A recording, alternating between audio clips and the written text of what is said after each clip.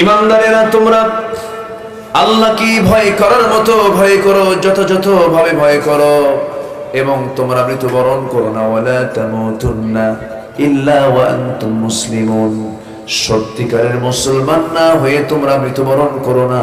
কার কথা? আল্লাহ। আসতে বলবেন না, কার কথা? আল্লাহর কথা। আমাদের সমাজে বহু মুসলমান পরিচয়ধারী আছি। বাবার নাম শহীদুল ইসলাম, দাদার নাম শরীফুল ইসলাম, নিজের নাম মুজাহিদুল ইসলাম। তিনটা পুরুষের নামের শেষে কিন্তু ইসলাম লাগানো আছে, কিন্তু দলটা যখন করতে যায় সেই দলের সঙ্গে ইসলাম লাগানো নাই। আসতে বলবেন না, আছে না নাই? আচ্ছা, নামের সঙ্গে আপনার ইসলাম থাকলো, দলের সঙ্গে আপনার ইসলাম শব্দ থাকলো না, এটা আবার কেমন কথা? এমন চেতনা ধারণকারী কিছু লোক আছে যারা নিজের মতো করে কোরআনকে মানতে চান। পছন্দ হয়েছে কিছু আয়াত মানলাম, পছন্দ হলো না কিছু আয়াত মানলাম না। আল্লাহ তাদের ব্যাপারে বলছেন, আফাতুমিনুনা বিবা'দিল কিতাব ওয়া তাকফুরুনা বিবা'দ, তোমরা কিতাবের কিছু অংশ মানবে আর কিছু অংশ মানবে না। এটার ফলাফল হলো ইল্লা খিজিয়ুন ফিল হায়াতিদ দুনিয়া, দুনিয়ার জিন্দেগিতে তোমরা লাঞ্ছিত হবে এবং আখিরাতের জিন্দেগিতে তোমরা ক্ষতিগ্রস্তদের অন্তর্ভুক্ত হয়ে যাবে। এইজন্য আল্লাহ বলছেন, বান্দা ইসলামকে মানতে হলে নিজের মতো করে মানা যাবে না, কোরআনকে মানতে হলে কোরআনের মতোই তোমাকে মানতে হবে, পরিপূর্ণরূপে মানতে হবে। এই কোরআনে কারীমের একটা শব্দকে যদি কেউ অস্বীকার করে, এমনকি একটা হরফ কেউ যদি কেউ অস্বীকার করে, তার ঈমান থাকবে না, তাই সে ঈমান শূন্য হয়ে দুনিয়া থেকে বিদায় নিয়ে নেবে। আমার দেশে এমন লোক আছে যারা কোরআনে কারীমের কিছু কিছু আইন আছে, তাদের সে আইনগুলোকে মধ্যযুগীয় আইন বলে। বলার মতো লোক আছে না? আসতে বলবেন না, আছে না নাই? বলে যে সমস্ত আইন হলো মধ্যযুগীয় আইন, এগুলো আজকের সমাজে চলতে পারে না। নাউজুবিল্লাহ বলবেন না? জোরে বলুন নাউজুবিল্লাহ। এটা কি একজন মুসলমানের বক্তব্য হতে পারে? মুসলমান এই জাতীয় কথা বলতে পারে না। এই সমস্ত কথা বের হবে হলো যারা আল্লাহর আইনকে যারা বিশ্বাস করতে চায় না, কিন্তু অনেকে প্রকাশ্যে বলার সাহস পায় না, কিন্তু মনে মনে ঠিকই কয়। এই দেশ আলেম ওলামার দেশ, এই দেশ লক্ষ লক্ষ হাফেজের দেশ। যে দেশের মানুষ আজান শুনে ঘুম থেকে ওঠে, আবার আজান শুনে ওযু করে নামাজ পড়ি আবার ঘুমের দিকে চলে যায়, সেই দেশে ইসলাম বিরোধী ষড়যন্ত্র সাময়িকের জন্য তারা একটু পজিটিভ মনে করতে পারলেও এই জমিনে ইসলাম বিরোধী কোন ষড়যন্ত্র টিকতে পারবে না, পারবে না। জোরে বলি ইনশাআল্লাহ, আর জোরে বলি ইনশাআল্লাহ। ইসলাম ছিল, আছে, থাকবে, থাকবে। ওরা নিভিয়ে দিতে চায় কিন্তু নিভাতে পারবে না তারা। কি হয়েছে কি ওই জায়গায়? ও মানুষ আসতেছে কেবল, ও মাহফিলে কি এদিকে এরকম পড়ে আসে, আর কখন আসবে? একটু বসে। তারা নিভিয়ে দিতে চায় আল্লাহর দিন কি, কিন্তু আল্লাহ তাআলার বক্তব্য হলো يريدون ليطفئوا نور الله بأفواههم والله متم نوره ولو كره الكافرون। ওরা মুখের ফুৎকারে আল্লাহর দ্বীনকে নিভিয়ে দিতে চায়, কিন্তু তারা পারবে না। আল্লাহ তার দ্বীনকে পরিপূর্ণতার চূড়ান্ত পর্যায়ে নিয়ে যাবেন। এতে কাফেরদের জ্বালা যন্ত্রণা যাই হোক না কেন, এতে কোনো যায় আসে না। এতে কোনো যায় আসে না। আমার ভাইয়েরা, আমার বন্ধুগণ, সেই ইসলাম যদি আমি পরিপূর্ণরূপে মানি আমি মুসলিম হব, যদি না মানি আমি মুসলমান হতে পারবো না। আল্লাহ বলছেন, বান্দারে এই দুনিয়াতে এসেছো, আমি তোমাকে জান্নাত দিতে চাই না, আমি তোমাকে জান্নাত দিতে চাই। এই জন্য তোমাকে পরামর্শ দিলাম, মুসলমান না হয়ে তুমি মরো না, মুসলমান হয়ে তোমাকে মরতে হবে। বংশীয় কোনো পরিচয় দিয়ে আমার কাছে কেউ মূল্য পাবে না, কোন খেতাব দিয়ে কোনো পরিচয় পাবে না। আমার দরবারে কার সম্মানটা বেশি, বান্দারা জেনে নাও। ইন্না খালাকনাকুম মিন যাকারিন ওয়া উনসা ওয়া জাআলনাকুম শুউবান ওয়া ক্বাবাইলা লিতাআরাফু ইন্না আকরামাকুম ইনদাল্লাহি আতকাকুম। আমি তোমাদেরকে সৃষ্টি করেছি এক নর এবং নারী থেকে, সেখান থেকে বিভিন্ন গোত্র, বিভিন্ন ভাষায় ভাগ করে দিয়েছি, যেন তোমরা একে অপরকে চিনতে পারো। তবে একটা কথা জেনে রেখে দিও, আমার কাছে কোন বংশ দিয়া, কোন বংশগত কৌলন্য দিয়ে আমার কাছে কেউ সম্মান পাবে না। আমার কাছে সেই লোকটাই সবচাইতে সম্মানিত, যে বান্দা আমি আল্লাহ আমাকে বেশি ভয় পায়। কিসের মুঘল, কিসের পাঠান, কিসের সৈয়দ, কিসের চৌধুরী, কিসের সরকার, কিসের সৈয়দ, এই সমস্ত কোনো কিছু পরিচয় দিয়ে আল্লাহর সামনে আমি পার পাবো না। নবীর বাপ হয়েও তো লাভ হয় নাই, নবীর ছেলে হয়ে তো কোনো লাভ হয় নাই।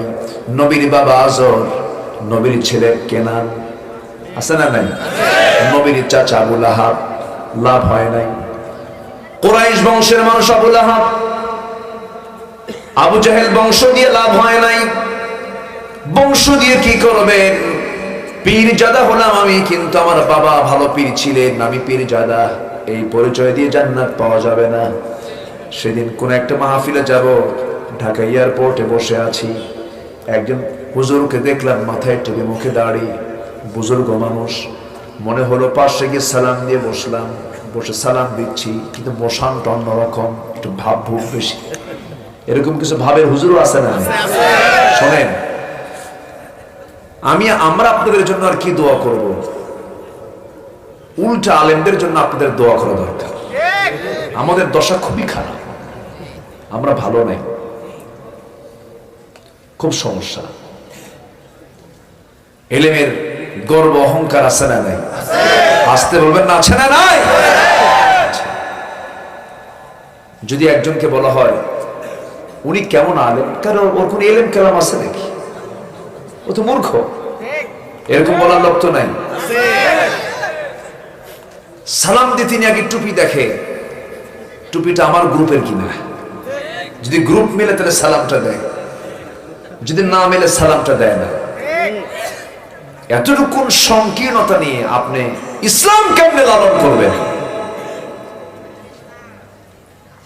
কে কোন টুপি পরলো এটা কি মূল বিষয়?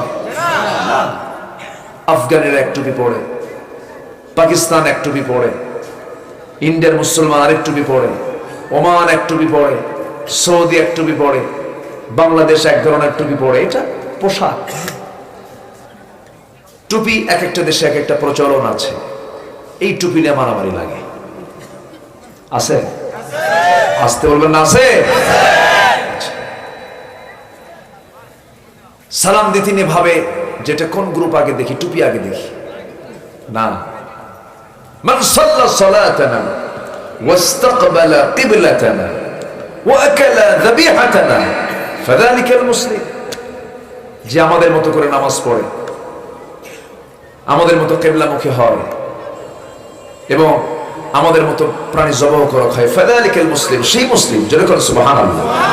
রাসূল কত সহজ বানায় দিলেন, আর আমরা কত ফেরকা বানায় দিলাম, কত গ্রুপ বানালাম, গরম ঠান্ডা, ওয়াহাবি, সুন্নি, আহলে হাদিস, কত গ্রুপ আমরা বানিয়ে দিয়েছি। এই জন্য দোয়াটা কি আপনাদের জন্য আগে দরকার না আমাদের জন্য আগে দরকার? আলেমদের জন্য আগে দরকার। আমি নিজেকে ওইরকম কিছু মনে করি না, আমি ভাঙ্গাচুরা মানুষ, আসি কথা বলি। আমি বিতর্কিত ফতুয়াকে এড়িয়ে চলি।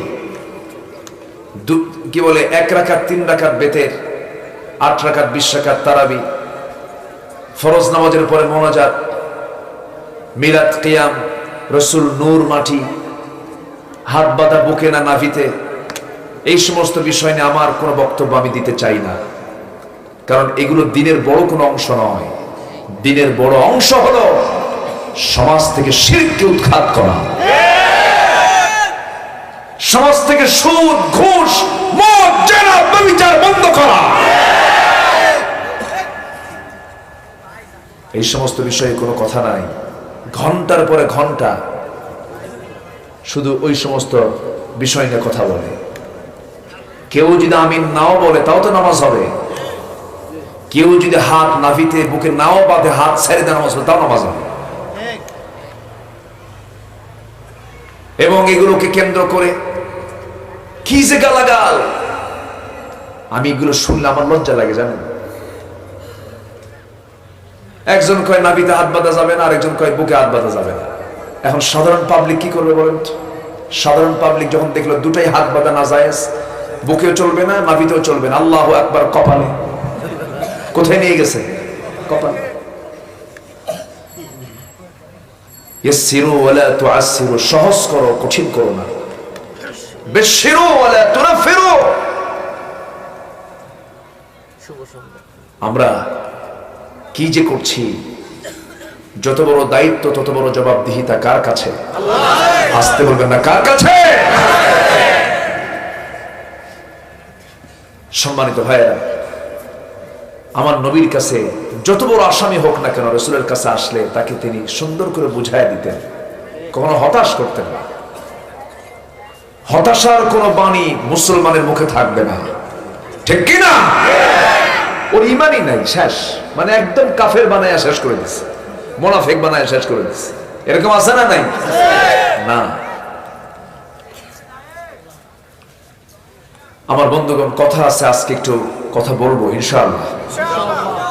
সবাই শুনতে রাজি আছি তো? সারা রাত?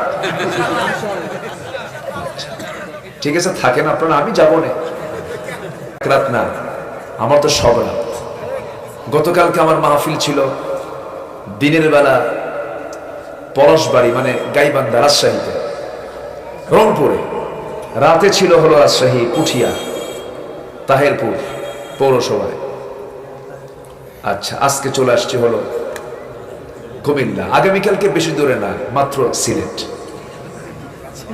তাই না? সব দিকে তো খেয়াল করতে হবে। তা আমি শুধু একটা বিষয় আজকে কথা বলবো। আমরা দুনিয়াতে যে কোনো কাজ করতে গেলে লস খুঁজি না লাভ খুঁজি? লসের কাছে যাই আমরা? যাই যাই না, পারতপক্ষে যাই না। কিন্তু ব্যবসা করতে গেলে লাভের নিয়তে গেলেও লসের চিন্তাও মাথায় রাখার দরকার হয় কি হয় না? ব্যবসায় লসও হতে পারে। কিন্তু আল্লাহ তাআলা একটা আয়াত দিয়েছেন, যে আয়াত দিয়ে আমি তেলাওয়াত শুরু করেছি, সে আয়াত আল্লাহ তাআলা বলছেন, আমি তোমাকে এমন একটা ব্যবসার কথা বলবো যে ব্যবসা করলে পরে তোমার কোনো লসই নেই। জোরে বলি সুবহানাল্লাহ। সেই ব্যবসাগুলো কি কি, সেই কাজগুলো কি কি? আল্লাহ রাব্বুল আলামিন সূরা ফাতিরের 29 নম্বর আয়াতে 3টা কাজের কথা বলেছেন। 3টি কাজ করবে তুমি, লস হবে না তোমার কখনো, আমি আল্লাহ তোমাকে পোষায় দেব, জান্নাত দিয়ে দেব। আল্লাহ বলছেন সুন্দর করে, ইন্নাল্লাযীনা ইয়াতলুনা কিতাবাল্লাহ ওয়া আকামুস সালাতা ওয়া আনফাকু মিম্মা রাযাকনাহুম সিররান ওয়া আলানিয়াতান ইয়ারজুনা তিজারাতান লান তাবুর। জোরে বলুন আল্লাহু আকবার। ইন্না, নিশ্চয়, আল্লাযীনা, যারা, ইয়াতলুনা, যারা তেলাওয়াত করবে, কিতাব আল্লাহ, আল্লাহর কিতাবকে যারা তেলাওয়াত করবে, সুন্দর করে যারা পড়বে, বুঝবে, কোরআনের পরিপূর্ণ হক আদায় করার জন্য কয়েকটা জ্ঞানের প্রয়োজন। এক নাম্বার হলো কিরাআত, নাম্বার 2 হলো তিলাওয়াত, নাম্বার 3 হলো দিরাসাত, নাম্বার 4 হলো তাদাব্বুর, নাম্বার 5 হলো যতটুকু পড়েছি আমি এটাকে সমাজ জীবনে বাস্তবায়ন করা। এই 5টা জ্ঞান যদি 5টা হক যদি আমরা আদায় করতে পারি তখন কোরআনের পরিপূর্ণ হক আদায় হবে। শুধু তেলাওয়াত করলাম বুঝলাম না, পরিপূর্ণ হক আদায় হলো না। শুধু আমি তেলাওয়াত করলাম কিন্তু তেলাওয়াতকৃত আয়াতকে সমাজে বাস্তবায়ন করার জন্য চেষ্টা করলাম না, হলো না। এই জন্য দিরাসাত থাকতে হবে, তেলাওয়াত থাকতে হবে, তাদাব্বুর থাকতে হবে, গবেষণাও থাকতে হবে। এই সমস্ত বিষয়ে হুকুম দিয়েছেন কে? আল্লাহ। উল্লেখিত সূরা ফাতিরে তেলাওয়াতের কথা আসছে, আবার আরেক জায়গায় আসছে ইকরা বিসমি রাব্বিকাল্লাযী খালাক খালাকাল ইনসানা মিন আলাক। আবার আরেক জায়গায় আল্লাহ তাআলা তাদাব্বুরের কথা বলেছেন, আফালা ইয়াতাদাব্বারুনাল কুরআন আম আলা কুলুবিন আকফালুহা। মানুষের কি হলো, কোরআন নিয়ে গবেষণা করে না? তাদের কি কলবে কি তালাবদ্ধ হয়ে আছে নাকি? আল্লাহ তাআলা বান্দাকে বারবার এই কথা একবার বলেন নাই, 4 বার বলেছেন, আফালা ইয়াতাদাব্বারুনাল কুরআন আম আলা কুলুবিন আকফালুহা। বারবার বলেছেন তিনি। কিন্তু কোরআন নিয়ে আজকে মুসলমান গবেষণা করে না। মুসলমান গবেষণা করে হলো ক্লাস 6 এর সিলেবাসের ডারউইনের বানর কিচ্ছা নিয়ে গবেষণা করে। ঠিক কি না? মানুষের দিন দিন প্রমোশন হয় আর এদের দিন দিন ডিমোশন হয়। মানুষ নাকি বানর ছিল গ্রন্থ। এগুলো কথা জোরে বলি নাউযুবিল্লাহ। আমি ওই দিকে যাব না, শুধু এতটুকুই বলতে চাই, এই পৃথিবীর প্রথম মানুষ জ্ঞানী, প্রথম মানুষ বিজ্ঞানী, প্রথম মানুষটাই নবী, এবং প্রথম মানুষকে আল্লাহ তাআলা যে জ্ঞান দিয়েছিলেন কিয়ামত পর্যন্ত কোন মানুষকে আল্লাহ তাআলা এত জ্ঞান কখনো দেন নাই, দিবেন না। কারণ আদমের ব্যাপারে আল্লাহ নিজেই বলেছেন, ওয়াআল্লামা আদামাল আসমাআ কুল্লাহা। আমি আদমকে এই জাগতিক জীবনের সকল কিছুর নামের শিক্ষা দিয়েছি। যত নাম, যত প্রাণীর নাম তিনি জানতেন, যত ফলের নাম তিনি জানতেন, যত ফুলের নাম তিনি জানতেন। এই জাগতিক জীবনের সকল কিছুর নামের শিক্ষা সবচাইতে বেশি শিখেছেন যিনি, তিনি হচ্ছেন আদম আলাইহিস সালাতু ওয়াস সালাম। তিনি আমাদের বাপ। সুবহানাল্লাহ বলবেন না? আমাদের বাপ শিক্ষিত না মূর্খ? শিক্ষিত। বলেন শিক্ষিত না মূর্খ? শিক্ষিত। আমরা তার সন্তান হয়ে কি থাকবো? শিক্ষিত। বাপের নাম ঠিক রাখার দরকার আছে না নাই? বাপের সম্মান রক্ষা করার দরকার আছে না নাই? আমার বাপজান জান্নাত থেকে এসেছিলেন, আমার মাকে সাথে নিয়ে চলে এসেছেন, আল্লাহর হুকুমে তিনি চলে আসছেন। তারা যদি না আসতেন আমাদের আশা হতো না, তবে আসার কারণে আমাদের মর্যাদা বেড়ে গেছে। কারণ ফেরেশতার মর্যাদা বেশি না মানুষের মর্যাদা বেশি? মানুষের মর্যাদা বেশি। আল্লাহ মানুষকে কেন মর্যাদা দিয়ে দিয়েছেন? কারণ মানুষের গুনাহ করার যোগ্যতা আছে কিন্তু আল্লাহর ভয়ে গুনাহ করে না। এই জন্য বান্দার যোগ্যতা, বান্দার সম্মান ফেরেশতার চাইতে বেশি। এই দুনিয়া ফিতনার জায়গা, এই দুনিয়া পরীক্ষার জায়গা, গুনাহ করার জায়গা। কিন্তু গুনাহ করতে চাইলেই তো গুনাহ করা যাবে না। গুনাহ করলে আল্লাহ তাআলা আমাকে আপনাকে পাকড়া করবেন। আবার হঠাৎ করে যদি কোনো গুনাহ হয়েও যায়, মাফ পাওয়ার সুযোগ আছে না নাই? আসতে বলবেন না, আছে না নাই? আছে। আল্লাহ বলছেন, ইয়া আইয়ুহাল্লাযীনা আমানু তুবু ইলাল্লাহি তাওবাতান নাসুহা। ঈমানদারেরা তোমরা তওবার মতো তওবা আমার কাছে করো, তওবা করো। এই হুকুমটা কে দিয়েছেন? আল্লাহ। আসতে বলবেন না, কে দিয়েছেন? আল্লাহ। তাওবাতুন নাসুহা। তওবা যদি কেউ কবুল করে নিতে চায়, কোন বান্দা যদি আল্লাহর কাছ থেকে যদি নিজেকে অপরাধ মুক্ত যদি রাখতে চান আল্লাহর কাছে, তওবা কবুলের শর্ত হলো 5টা। কয়টা বলেন? 5টা শর্ত। বিরক্ত হচ্ছেন না তো? তওবা কবুলের 5টা শর্ত। নাম্বার 1 হলো, যে বান্দা তওবা করবে সেই তওবা করার জন্য একজনকেই বলতে হবে। তিনি কেউ নন, তিনি কে? আল্লাহ। আল্লাহর কাছেই তওবা করতে হবে। নাম্বার 2 হলো, অনুতপ্ত হতে হবে, নিজেকে অপরাধী মনে করতে হবে। আল্লাহ, যে ভুলটা করেছি আমি অনুতপ্ত, অনুশোচনা করছি, আল্লাহ তুমি আমাকে মাফ করে দাও। নাম্বার 3 হলো, যে গুনাহটা করেছি আমি ভবিষ্যৎ জীবনে আল্লাহ এই গুনাহ কোনোদিন আর করব না, তুমি আমারে মাফ করে দাও। নাম্বার 4 হলো, আল্লাহ বাকি জীবনে কোনো গুনাহ, বড় বড় কোনো গুনাহ, কবিরা গুনাহ জীবনে আর করতে যাব না, তুমি আমারে এই গুনাহটা মাফ করে দাও।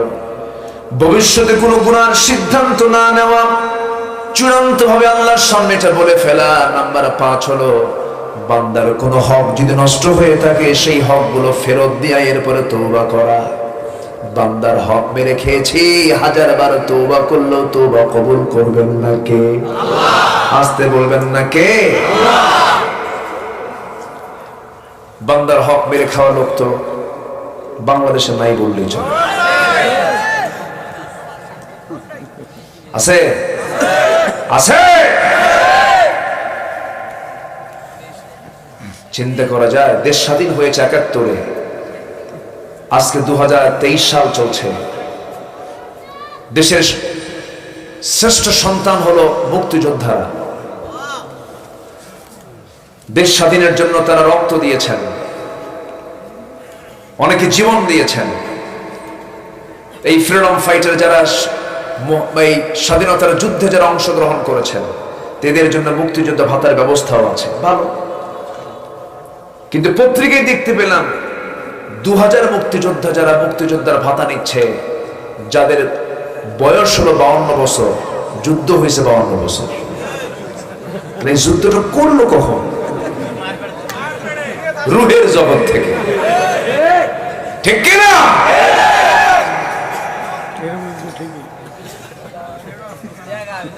আচ্ছা, বিগত কয়েক বছরে এই দেশ থেকে 14 লক্ষ কোটি টাকা এই দেশ থেকে পাচার করলো কোন ফেরেশতারা? কি বান্দার হক কি নষ্ট হয়? নষ্ট হচ্ছে। আচ্ছা, সম্মানিত ভাইরা, আজকে আমার দেশে কোনো কর্মী খুঁজে পাওয়া যায় না, সব নেতা। বলেন তো, আমার দেশে কর্মী বেশি না নেতা বেশি? কেউ কি কয় আমি কর্মী? সব নেতা। এই যে সব নেতা বংশ ওঠে, বংশ শেষ। কিন্তু আপনি মেম্বারে যান, মসজিদের মেম্বারে যান, মেম্বারে কয়জন? ভাঙ্গে।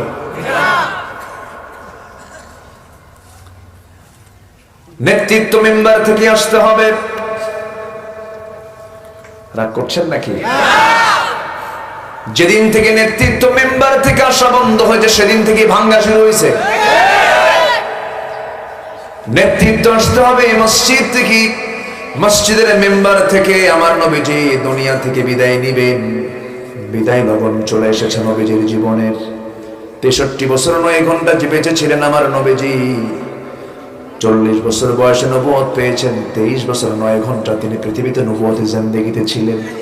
ব্যর্থ না সফল? নবুয়তের জিন্দেগির যে টাইম পেয়েছিলেন তার চাইতে কিন্তু নবুয়তের আগেও কিন্তু কম টাইম পান নাই। 15 বছর থেকে শুরু করে 40 বছর 25 বছর চেষ্টা করেছেন, পারেন নাই। বহু চেষ্টা করেছেন, হালফুল ফজল গঠন করেছেন, কিন্তু তিনি পারেন নাই। কিন্তু 25 বছর বয়স যখন, তার 25 বছর পার হয়ে যখন 40 বছর যখন পূর্ণ হলো, যখন তাকে নবুয়ত দেওয়া হলো, কোরআনটা হাতে পেলেন, যা তিনি শুরু করেছেন তাতেই সফলতা দিয়েছেন কে? আল্লাহ। বিশ্বনবীর মতো মানুষের সততা, তার চারিত্রিক সৌন্দর্যের কোন অপূর্ণতা ছিল না। সেই লোকটা যদি 40 বছর পর্যন্ত চেষ্টা করো যদি ব্যর্থ হয়ে যান, আমার বন্ধুগণ, কোরআন ছাড়া যে জাতি যতই চেষ্টা করুক না কেন সমাজটাকে কখনো ভালো করতে পারবে না। ভালো হবে কি দিয়া? আসতে বলবেন না, কি দিয়া বলেন? কোরআন দিয়া। আমার নবীজি 23 বছরে কোরআন দিয়ে সমাজ গঠন করার জন্য, রাষ্ট্র গঠন করার জন্য কাজ শুরু করে দিলেন। 13 বছর মক্কায় একটানা দাওয়াতি কাজ করলেন, পিটন খেলেন, মায়ের খেলেন। কিন্তু বিগত 10টি বছর যে মক্কা ছেড়ে মদিনায় গিয়ে হিজরত করেছেন, সে জায়গায় পিটন খেয়েছেন না পিটন দিয়েছেন? মায়ের খাওয়াও সুন্নত, মায়ের দেওয়াও সুন্নত। আমার নবীর হাতে তরবারি ছিল। তরবারি কি মায়ের খাওয়ার জন্য দেয়, মায়ের দেওয়ার জন্য দেয়? আমার ভাইয়েরা, আমার বন্ধুগণ, সেই নবীজির দাওয়াতি মিশন শেষ হলো। 86 যুদ্ধ পরিচালনা শেষ হয়ে গেল। 27টি যুদ্ধের নেতৃত্ব দান শেষ হয়ে গেল। আল-ইয়াওমা আকমালতু লাকুম দীনাকুম ওয়া আতমামতু আলাইকুম নি'মাতি ওয়া রাদিতু লাকুমুল ইসলাম দীনা। আয়াতটা নাযিল হয়ে গেল। সব সাহাবী হাসে, কিন্তু সাইয়েদনা আবু বকর চোখের পানি ফেলে ফেলে কাঁদেন। সবাই তো কোরআন একরকম বুঝবে না, সবার বুঝকে একরকম নাকি? আমার ভাইয়েরা, সাহাবীরা গিয়ে বলছেন, ভাই আবু বকর, শ্রেষ্ঠ আয়াত আল্লাহ তাআলা আমাদের শানে দিয়েছেন, তুমি কেন কাঁদো? সঙ্গে সঙ্গে তিনি বলছেন, শোনো, আমার বাল্য দিনের বন্ধু, আমার 3 বছরের বড়, আমার প্রিয় বন্ধুর বিদায়ের সময় হয়ে গেছে। আমার প্রিয় বন্ধু রাসূল আর বাঁচবেন না। এই জন্য আমি কান্দি, এই জন্য আমি অস্থিরতা পোষণ করছি। তোমরা আয়াত দেখে তোমরা হাসতেছো, কিন্তু আমার আয়াতটা দেখে মনে হচ্ছে নবীজি আর বাঁচবেন না, কারণ তার ডিউটি তো শেষ হয়ে যাচ্ছে। একটা বিল্ডিং এর কন্ট্রাক্টর যখন কাজ নেয়, ভিতরের কাজ শুরু করে, কলাম শেষ হয়ে যায়, ছাদ শেষ হয়ে যায়, কিন্তু সর্বশেষ যখন পেইন্টিং এর কাজ যখন হয়, রঙের কাজ যখন হয়, সেই সময় ওই কন্ট্রাক্টর কি কাজ শুরু করে না শেষ করে? আর কি সে দেখতে আসবে নাকি, ভিজিট করতে আসবে নাকি, সে চলে যাবে? ঠিক তেমন আবু বকর বলছেন, ও আমার ভাইরা, নবীজির আয়াতটা প্রমাণ করে রাসূল আর বেশি দিন আমাদের মাঝে নাই। আমার নবীজি দুনিয়া থেকে বিদায় নেবেন। বিদায় নেওয়ার আগে নেতৃত্ব কার থেকে আসবে, কিসের থেকে আসবে, এই কথাই তো আমি এইদিকে চলে আসলাম। আমার নবীজি দুনিয়া থেকে বিদায় নেবেন, প্রচন্ড অসুস্থ। অসুস্থ শরীর নিয়ে তিনি আম্মা জান আয়েশার ঘরটাকে পছন্দ করলেন। ঘরের দরজায় গিয়ে নক করলেন, আয়েশা দরজা খুলো। দরজা খুলে দেওয়া হলো। ভিতরে ঢুকি আমার নবীজির মাথাটা চক্কর মেরে গেল। রাসূল বলছেন, আয়েশা কেমন যেন লাগতেছে, প্রচন্ড জ্বর, প্রচন্ড মাথা ব্যথা হচ্ছে। জ্বর যার হয়, মাথা ব্যথা যার হয়, এটা সুন্নতি রোগ। আমার নবীজির এই দুটো রোগ ছিল, মাথা ব্যথা আর জ্বর। মাথা ব্যথা, জ্বর। ওইদিকে সাথে যোগ দিয়েছে নবীকে বিষ প্রয়োগ করা হয়েছিল। বিষ প্রয়োগের একটা প্রতিক্রিয়া মৃত্যুর আগ দিয়ে এটা প্রকাশ পেয়েছিল। সেই বিষ প্রয়োগে দুজন সাহাবী, সঙ্গে সঙ্গে দুজন সাহাবী দুনিয়া থেকে বিদায় নিয়েছেন। নবীজির দেহের মধ্যে সেই বিষের কিছু ক্রিয়া ছিল। মৃত্যুর পূর্বে এটার সিমটম প্রকাশ পেয়ে গেল। নবীজিকে বিষ খাওয়ানো হয়েছে। এত সৎ, এত সততা, এত বিশ্বাসী মানুষকেও দুনিয়া থেকে হত্যার পরিকল্পনা করে কেন? একমাত্র কারণ হলো রাসূল বলেছেন, এই জমিন যার, এই জমিনে হুকুম চলবে তার। ঠিক কিনা? আমার নবীজির এটাই ছিল শ্রেষ্ঠ কথা। কাফিরদের সহ্য হয় নাই, মুনাফিকদের সহ্য হয় নাই, ফাসিকদের সহ্য হয় নাই, জালিমদের সহ্য হয় না। এখনো জালিম আছে না নাই? আসতে বলবেন না, আছে না নাই?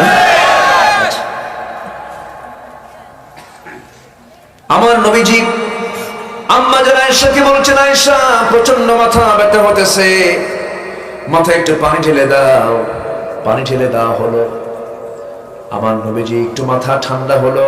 আজান দিয়েছেন বেলাল। রাসূল বলছেন, ও আয়েশা আমাকে একটু ধরো, আমি একটু মসজিদের দিকে যাব। নিজের 2 পায়ে শক্ত ভর দিয়া উপরে উঠতে নিলেন, কিন্তু মাথার চক্কর দিয়ে পড়ে যেতে নিলেন।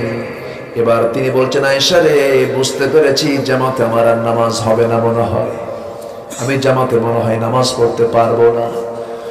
ওরে আয়েশা, বেলাল তো আযান দেওয়া শেষ করে দিল, নামাজ তো শুরু হয়ে যাবে, সব সাহাবীরা নামাজে দাঁড়িয়ে যাবে, তুমি আমার প্রিয় সাহাবী তোমার আব্বা আবু বকরকে বলে দাও আমার মুসাল্লায় যেন দাঁড়ায় আসেন, আমার দায়িত্বটা পালন করে। মানে বুঝায় দিলেন আমার পরবর্তী নেতা হবে আমার আবু বকর। সুবহানাল্লাহ বলেন। নেতৃত্ব আসবে কোন জায়গা থেকে? নামাজ থেকে। নামাজ থেকেই তো নেতৃত্ব আসবে, কিন্তু আজকে নেতৃত্ব আসে হলো সন্ত্রাস থেকে, ঠিক না? সন্ত্রাস থেকে নেতৃত্ব আসে। ধর্ষণের সেঞ্চুরি করে মিষ্টি খাওয়া, তাকে ডাক দিয়ে বলে দুষ্ট ছেলে, এমন কাজ করতে নেই, এটাই হলো তার বিচার। যুগের পরে যুগ, প্রায় অর্ধ শতাব্দী ধরে কোরআনে কারীমের তাফসীর করা হলো, হাজার হাজার মানুষ বেনামাজি নামাজি হলো, কোরআনের পথ ইসলামের পথগুলো চিনতে পারলো, বুঝতে পারলো, তারা হয়ে গেল ধর্ষক। আমার ভাইয়েরা, আমার বন্ধুগণ, এই দুনিয়ায় কি আমরা থাকবো না? সবাই দুনিয়া থেকে বিদায় নিয়ে নেব। সত্য কখনো চেপে রাখা যায় না, সত্য প্রকাশ পাবে, প্রকাশ পাবে, প্রকাশ পাবে। জোরে বলি ইনশাআল্লাহ, আরো জোরে বলি ইনশাআল্লাহ। সত্যের মৃত্যু নেই, সত্য কখনো মরবে না, সত্য বেঁচে থাকবে, সত্য বিজয়ী হবে। আল্লাহ তাআলা তার রাসূলকে জানাচ্ছেন, ওয়াকুল জাআল হক ওয়া যাহাকাল বাতিল ইন্নাল বাতিলা কানা যাহুকা। জোরে বলুন আল্লাহু আকবার। মিথ্যার অবশ্যই পরাজয় আছে, মিথ্যা হেরে যাবে, মিথ্যা কখনো টিকসই হতে পারে না। ফেরাউনরা পারে নাই, নমরুদরা পারে নাই, হামানরা পারে নাই, আবু জেহেলরা পারে নাই, এখনকার দুনিয়ার নব্য ফেরাউনরাও হামানরাও পারবে না। আমাদের মূল টার্গেট তো দুনিয়া নয়, আমাদের মূল টার্গেট হলো জান্নাত। মূল টার্গেটটা কি বলেন? জান্নাত। আমার নবীজি দুনিয়া থেকে বিদায় নেবেন, আমার নবীজি বলছেন, ওরে আয়েশা, আমার আবু বকর কি বলো, আমার জায়গায় যেন সে দাঁড়ায়, নামাজের যেন নেতৃত্ব দিয়ে দেয়। আমার নবীর জায়গায় যখন আবু বকর দাঁড়ায় গেছেন, সাহাবায়ে কেরাম হাউমাউ করে কান্নাকাটি শুরু করে দিয়েছে। আরে সারা জীবন নামাজ পড়েছে নবীর পিছনে, আজকে নতুন ইমাম, সবার চোখে পানি। রাসূল বুঝি খুব অসুস্থ হয়ে পড়েছেন, রাসূল তো জামাত ছাড়েন না। আমার নবীজির অনুপস্থিতিতে সাহাবায়ে কেরাম নামাজে দাঁড়ায় গেছেন। নামাজ যখন শুরু হয়ে গেছে, আমার নবীজি বলছেন, আয়েশা আমাকে একটু ধরো তো, ওই যে জানালা দেখতেছি সাহাবীরা কেমন করে নামাজ পড়ে, আমি ওই দৃশ্য একটু দেখতে চাই। রাসূলকে ধরে নিয়ে যাওয়া হলো। আমার নবীজি জানালার সেই ফাঁকা দিয়া সাহাবায়ে কেরামের তেলাওয়াত শুনছেন, রুকু দেখছেন, সিজদা দেখছেন। চোখের কোনা বেয়ে বেয়ে টপ টপ করে পানিগুলো পড়ছে যায়, তার দাড়িগুলো ভিজে যাচ্ছে, গাল ভিজে যাচ্ছে চোখের পানি দিয়া। আম্মা জান আয়েশা কেঁদে কেঁদে বলছেন, ইয়া রাসূলুল্লাহ, আপনি কেন কাঁদেন? আপনার সাহাবীরা নামাজ পড়ে, এটা তো আনন্দের সংবাদ। রাসূল বলছেন, আয়েশা আমি দুঃখের জন্য কাঁদি না, আমি এটা আমার চরম আনন্দের জন্য, আমার চোখ দিয়ে পানি আসতেছে। কিসের আনন্দ হুজুর, আপনি একটু বুঝায় বলেন। ওরে আয়েশা, আজকে আমার সাহাবীরা কি সুন্দর পরিবেশে রাষ্ট্রীয় পর্যায়ে নামাজ কায়েম হয়ে গেছে, আমার সাহাবীরা আজকে স্বাধীনভাবে নামাজটা পড়ছে। তুমি কি জানো, মক্কার মাটিতে আমি যখন নামাজে দাঁড়াতাম, কাফেররা মূর্তিগুলো আমার কোমরে ঢুকায় দিত, আমাকে নামাজ পড়তে দিত না। সহিহ বুখারীর বর্ণনা, আমার নবী যে একদিন কাবার চত্বরে নামাজে দাঁড়ায় গেছেন, রুকুতে যখন চলে গেছেন, উতবা সাইবারা উটের পচা নারী ভরি নবীজির ঘাড়ে চাপায়া দিয়েছে।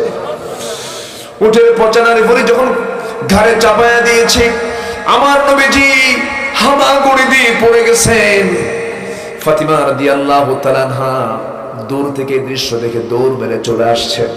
পচা নারী ফুলিগুলো টেনে রাসূলকে সেই জায়গা থেকে উদ্ধার করলেন। আমার নবীজি সহজে কখনো বদদোয়া করতেন না, কিন্তু সেই দিন তিনি যার যার নাম নিয়েছেন সবগুলো বদর কূপে সব শেষ হয়ে গেছে। উতবা, শাইবা, মুগীরা, ওয়ালিদ, আবু জেহেল সবগুলোকে তুমি আল্লাহ খতম করে দাও, শেষ করে দাও। বেশি দিন সময় লাগে না, বদরের ময়দানে সবগুলো একসঙ্গে বিদায় নিয়েছে। আমার ভাইয়েরা, রাসূল বলছেন আয়েশা রে, এই নামাজ পড়তে নিয়ে কাফেররা আমাকে কত অত্যাচার করেছে। তায়েফের ময়দানে কালিমার দাওয়াত দিতে গেছি, নামাজ কায়েমের কথা বলেছি, আমাকে পাথর মেরে মেরে রক্তাক্ত করে দিয়েছে। উহুদের ময়দানে কাফেররা আমাকে পাথর মেরে দাঁত দুটো ভেঙে দিয়েছে। দেখো আয়েশা, আমার এখনো দুটো দাঁত নাই। খন্দকের ময়দানে খন্দকের পরীক্ষা খনন করতে নিয়ে আমি আমার কোমরটা হারিয়ে ফেলেছি, আমার কোমরটা কুজো হয়ে আছে, এখনো দেখো না সোজা হয়ে হাঁটতে পারি না। যেই নামাজ কায়েমের জন্য আমার দাঁত গেল, আমার কোমর গেল, যেই নামাজ কায়েমের জন্য আমার ইয়াসার পরিবারের শাহাদাত বরণ করলো, বদর প্রান্তরে 14 জন সাহাবী আমার চলে গেল, সেই নামাজ আজকে রাষ্ট্রীয় পর্যায়ে কায়েম হয়েছে। এই চরম আনন্দের দৃশ্য আমার চোখে পানি আনতে বাধ্য করেছে। এই জন্য আমি কাঁদি। আয়েশা বলেন, আমি 9টি কারণে নিজেকে শ্রেষ্ঠত্ব মনে করি। আল্লাহ তাআলা আমাকে 9টা শ্রেষ্ঠত্ব দান করেছেন। আল্লাহ তাআলা আমাকে অন্যান্য স্ত্রীর চাইতে 9টা মর্যাদা বেশি দিয়েছেন। নাম্বার 1, 9 বছর বয়সে নবীর বউ হয়েছি, 13 বছরে নববধূ হয়ে নবীর ঘরে পদার্পণ করেছি। আমি একমাত্র কুমারী। আমি আয়েশা নিজেকে ধন্য মনে করি, আমি জিব্রাইলকে নিজের চোখে দেখেছি। যেরকম সুবহানাল্লাহ। আমি নিজেকে ধন্য মনে করি, আমার শানে আল্লাহ তাআলা কয়েকটা আয়াত আমাকে লক্ষ্য করে আয়াত নাযিল করেছেন। আমি আয়েশা নিজেকে ধন্য মনে করি, আমার নবীজি অসুস্থ হয়ে আমার ঘরটাই চয়েস করেছেন, আমার ঘরেই তিনি উঠেছেন। রাসূল বলেছেন, আমার শানে শরীর খাবার যেমন শ্রেষ্ঠ খাবার, আমার স্ত্রীর মধ্যে আমার আয়েশা হলো সবচেয়ে শ্রেষ্ঠ স্ত্রী। 7 দিন ধরে আমার নবীজি সাহাবে কেরামের মাঝে আলোচনা করছেন। 7 দিন পর তিনি বলছেন, সাহাবীরা তো আমার কথাগুলো কার কার মনে আছে বলো?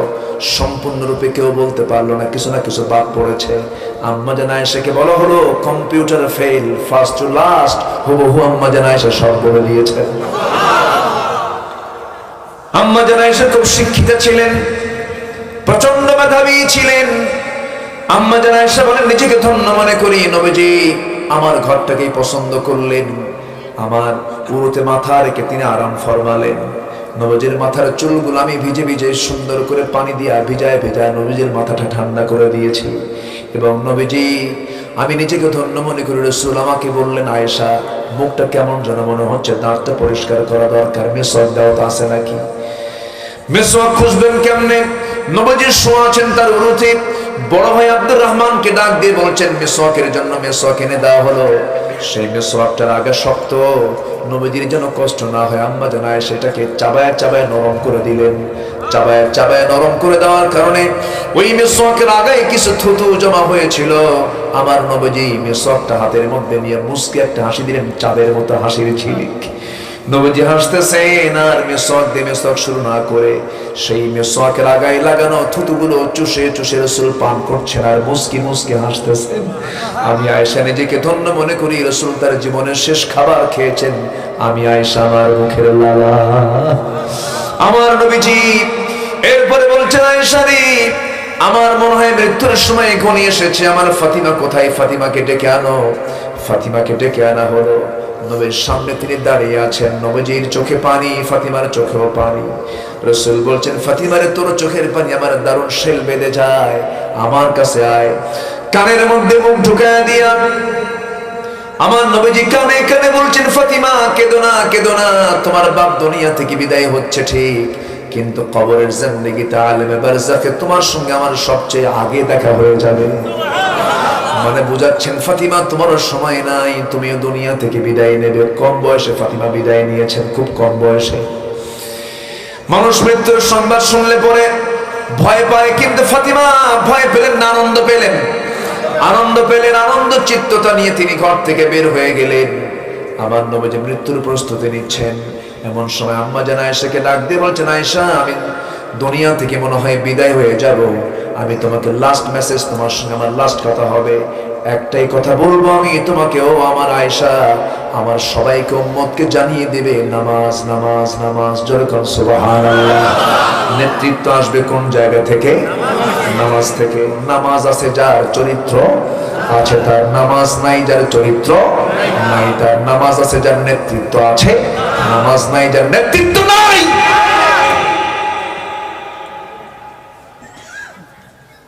আমার ভাইয়েরা,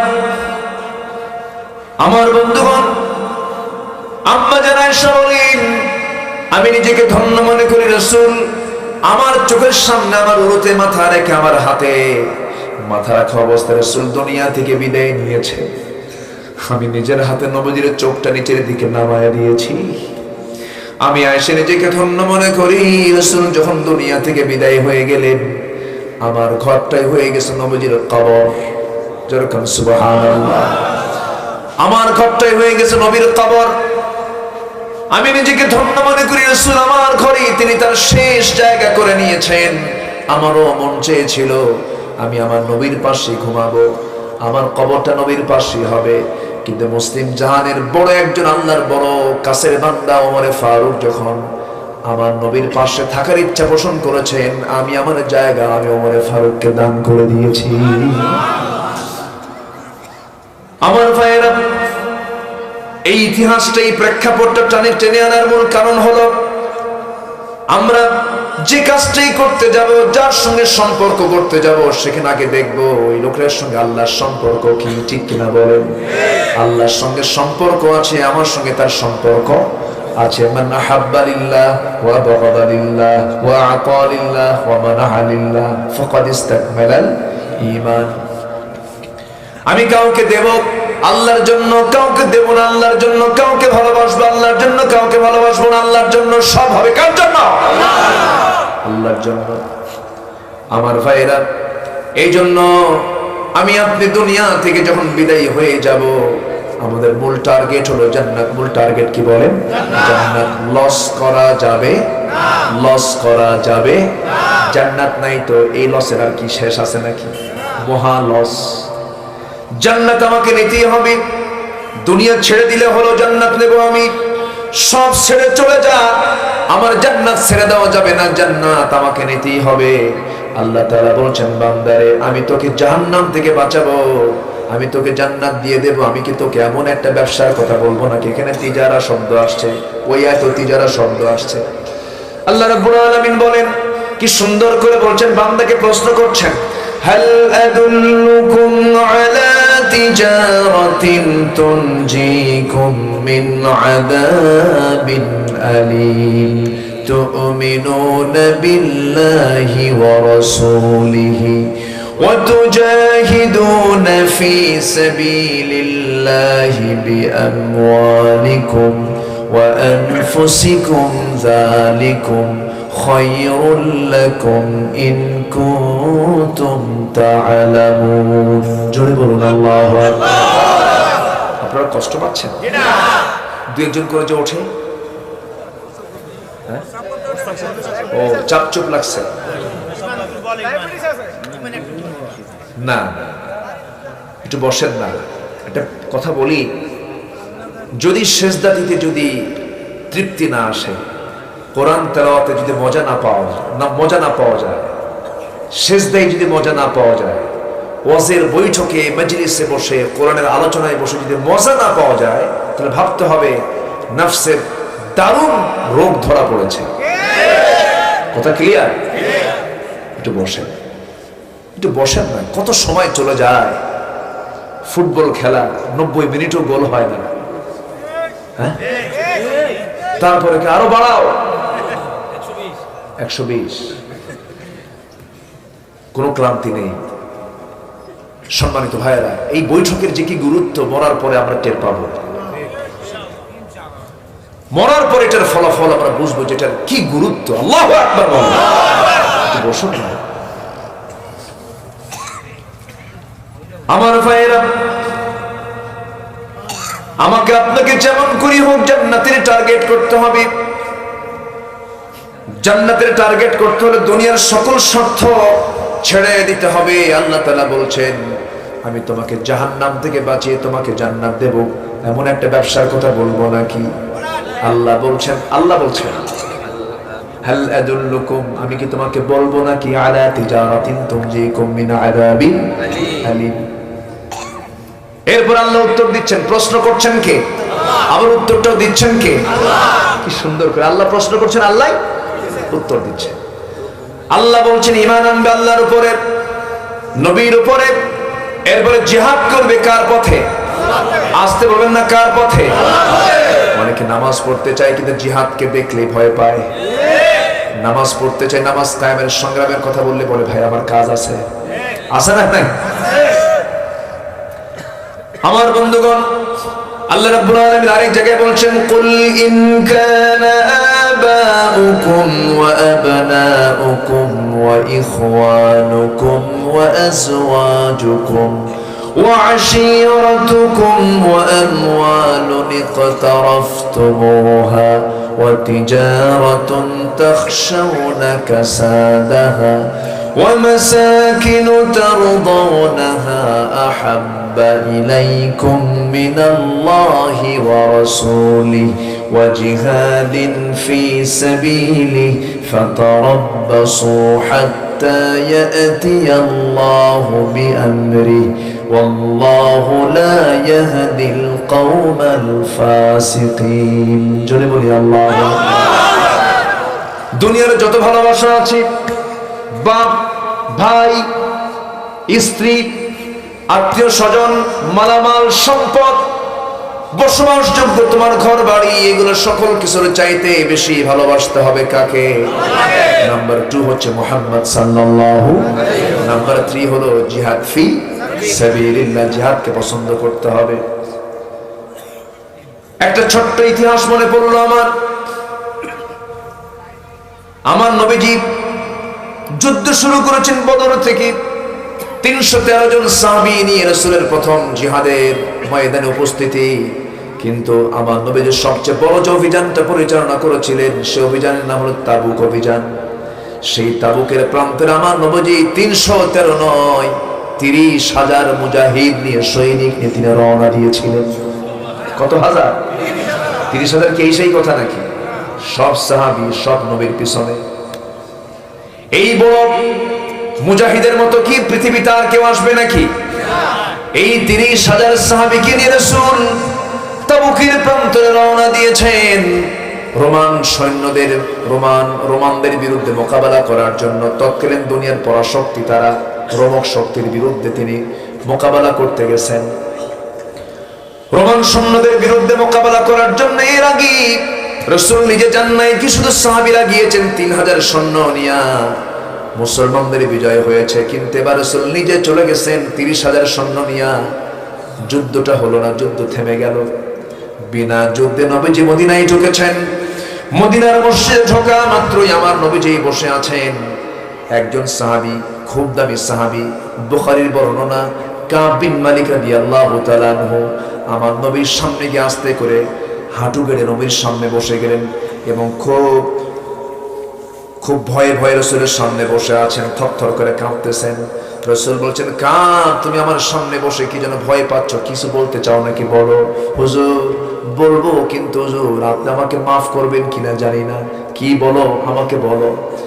কাব বিন মালিক বলছেন, ইয়া রাসূলুল্লাহ, কি 30,000 সৈন্য নিয়ে আপনি তাবুকে রওনা দিয়েছেন, কিন্তু আমি কিন্তু সেই তাবুকে যাই নাই, সেই জিহাদে যাই নাই। রাসূল বললেন, ঠিক আছে যাও নাই, ভালো কথা, কিন্তু ওজরটা কি আমাকে বলো। হুজুর, কোন ওজর ছিল না, গাফলতি করেছি, অবহেলা করেছি, ইচ্ছা করলে যেতে পারতাম, এই যাব করতে করতে যাওয়া হয় নাই। তাই নাকি? হ্যাঁ। আর কে যাও নাই বলো? হেলাল বিন উমাইয়া যায় নাই। আর কে যায় নাই বলো? মুরারা বিন রাবিআ যায় নাই। আর কে যায় নাই বলো? হুজুর আমার আর জানা নাই। মোট কয়জন হলো? 3 জন। আমার নবীজি বললেন, কাব বিন মালিক, ঠিক আছে, তুমি আমাকে বলেছো, তুমি এখন আমার সামনে থেকে যেতে পারো, তুমি চলে যাও। কাব বিন মালিক সেই জায়গা থেকে চলে গেলেন, কিন্তু নবীজির চেহারাটা অন্যরকম হয়ে গেছে। নবীজির সঙ্গে সঙ্গে ফরমান জারি করলেন, গোটা মদিনার মুসলমানকে জানান দিলেন, কাব বিন মালিক হেলাল বিন উমাইয়া, মুরারা বিন রাবিআ, এই তিনজন ব্যক্তি তারা যে যুদ্ধে যেতে অবহেলা করেছে, জিহাদে যেতে তারা অবহেলা করেছে, গড়িমসি করেছে, আমি রাসূল তাদেরকে মাফ করতে পারলাম না। আমি রাসূল বরঞ্চ তাদের বিরুদ্ধে আজকে বয়কটের ডাক দিলাম।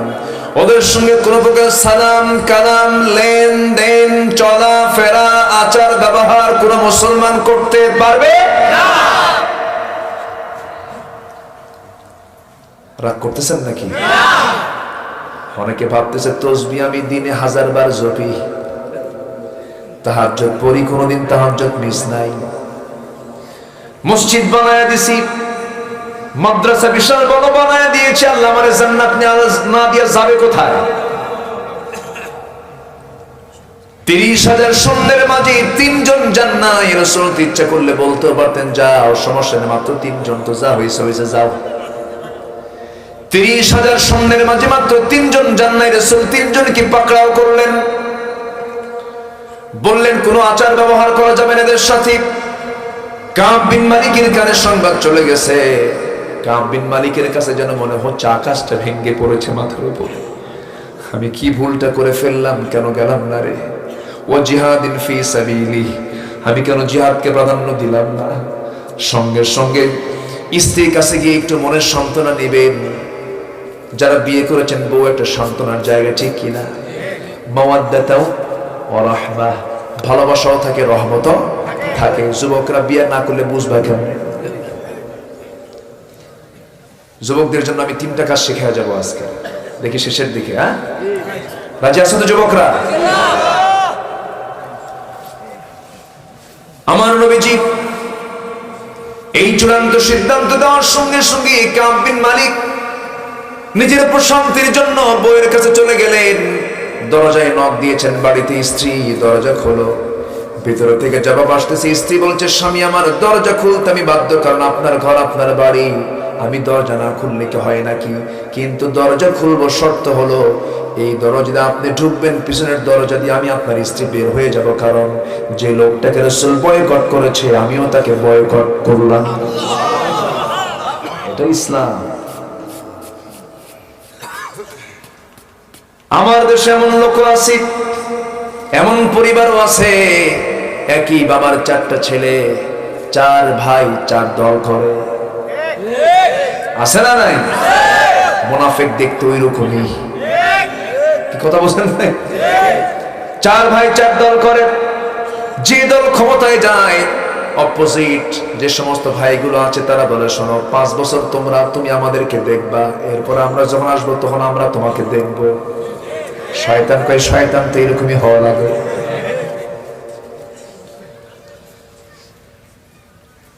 স্ত্রী হলেন কাব বিন মালিকের স্ত্রী। দরজা খোলার শর্ত যখন দিয়েছেন, দরজা খুলতে মানা করলেন, কাব বিন মালিক বলছেন না না, দরজা খোলার দরকার নাই। নিজের ঘরেও ঢুকতে পারলেন না, মুখটা ফিরায় নিয়ে আবার বের হয়ে আসতেছেন তিনি। কোথায় যাবেন? যাওয়ার তো জায়গা নেই, কেউ কথাও বলে না, লেনদেন নাই, সব বন্ধ হয়ে গেছে। সামনে ছোট্ট 2টা বাচ্চা, তার নিজের সন্তান, 9 বছর 10 বছর 11 বছর বয়সের বাচ্চা, 2টা সন্তান সামনে খেলতেছে। দূর থেকে ডাক দেয়, আমার কলিজার টুকরা সন্তান, এইদিকে আসো, একটু আদর করি। সন্তানগুলো বলে না না, যাওয়া যাবে না, রাসূল তোমাকে বয়কট করেছে, আমরাও কথা বলবো না।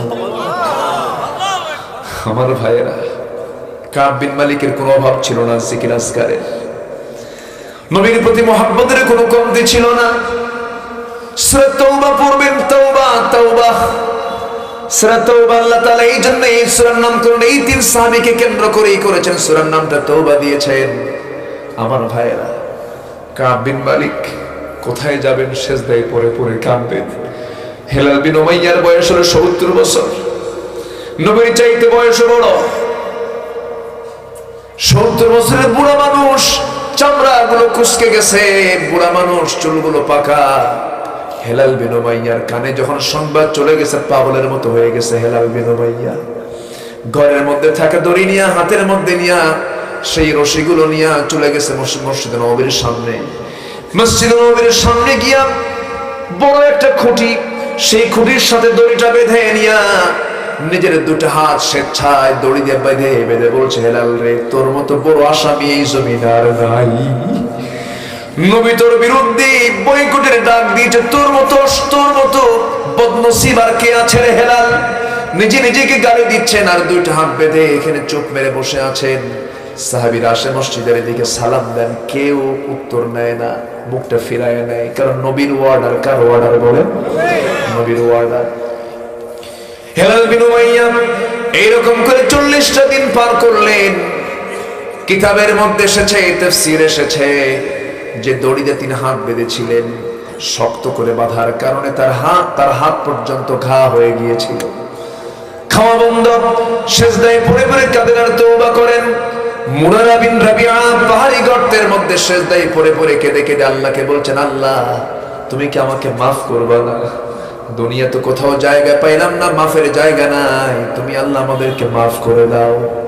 আমার নবীর কাছে ওহী নাযিল হলো, ওয়ালা সালাসাতিল্লাযীনা খুল্লিফু, হে রাসূল ওই তিনজন যারা পিছনে পড়েছিল, যারা যুদ্ধে যায় নাই, আপনি না মাফ করলে আমি আল্লাহ তাদের তওবা কবুল করে নিয়েছি। তওবা কবুল আয়াত যখন নাযিল হলো, সাহাবীর প্রতি নবীর দরদ কম না বেশি? আসতে বলে না, কম না বেশি? আশিদ্দাউ আলাল কুফার রুহামাউ বাইনাহুম, আমার নবীজি সঙ্গে সঙ্গে বলছেন, ও আমার ওমর তাড়াতাড়ি এদিকে আসো, আমার প্রিয় কাব বিন মালিককে ডেকে আনো, দেখো তার বাড়িতে আছে নাকি। বাড়ির দরজায় ওমরে ফারুক বলছেন, কাব তুমি আসো নাকি, তোমার শানে আয়াত নাজিল হয়ে গেছে, আল্লাহ তোমার তওবা কবুল করে নিয়েছে। ভিতরে থেকে স্ত্রী বলছে, না আমার স্বামী নাই। সঙ্গে সঙ্গে কাব বিন মালিকের স্ত্রী বলছেন, যে লোকের খবর আল্লাহ নেয় না, রাসূল নেয় না, আমি বউ তার খবর নিতে চাই না। চিন্তা করেন। কিন্তু আয়াত নাযিল হয়ে গেছে। এরপরে হেলাল বিন উমাইয়া তার তওবা কবুল হয়ে গেছে, মুরারা বিন রাবিয়া তার তওবা কবুল হয়ে গেছে। আল্লাহর কাছে চেয়েছেন, আল্লাহ তাদেরকে মাফ করে দিয়েছেন। কিন্তু এই যে একটা ইতিহাস ঘটে গেল, এর মধ্যে উম্মতে মুহাম্মাদের শিক্ষা নেওয়ার আছে না নাই? আছে না নাই? শিক্ষা নিতে হবে, গাফলতি করা যাবে না। আমার বন্ধুগণ, এখন 2 নাম্বার কাজে আসি। 3টা কাজে কোনো লস নাই। কয়টা কাজে বলেন? নাম্বার 1, ইন্নাল্লাযীনা ইয়াতলুনা কিতাবাল্লাহ ওয়া আকামুস সালাহ, আল্লাহর আয়াতকে যারা তেলাওয়াত করবে। নাম্বার 2 হলো নামাজ যারা কায়েম করবে। নামাজ কায়েম এক জিনিস, নামাজ আদায়টা ভিন্ন জিনিস। নামাজ আদায় হলো পার্সোনাল কাজ, আর নামাজ কায়েমটা হলো সামষ্টিক কাজ, সবাই মিলে যে কাজটা করতে হয়। এই পার্সোনাল নামাজ আদায়ের ব্যাপারে ফসল্লি লিরাব্বিকা ওয়ানহার, এই নামাজ পার্সোনাল আদায়ের ব্যাপারে পৃথিবীর কোনো শাসক আপনাকে মানা করবে না, জো বাইডেন মানা করবে না, ঋষি সুনাক মানা করবে না, নরেন্দ্র মোদী মানা করবে না, ভ্লাদিমির পুতিন মানা করবে না। বরং আপনার রাশিয়া থেকে মসজিদ বানাবেন, আপনাকে মসজিদ বানায় দেবে। আমেরিকায় মসজিদ হাজার হাজার আছে না নাই? ইউরোপে মসজিদ হাজার হাজার আছে না নাই? মসজিদ পড়েন, মসজিদ বানান, নামাজ পড়েন, কোনো সন্দেহ নাই। কিন্তু আপনি যখন নামাজ কায়েমের কথা বলবেন, নামাজ কায়েম করো মানে সুদ বন্ধ হবে, মদ বন্ধ হবে, জেনা বন্ধ হবে, পর্দাহীনতা বন্ধ হবে, এই সমস্ত কাজ বন্ধ হবে।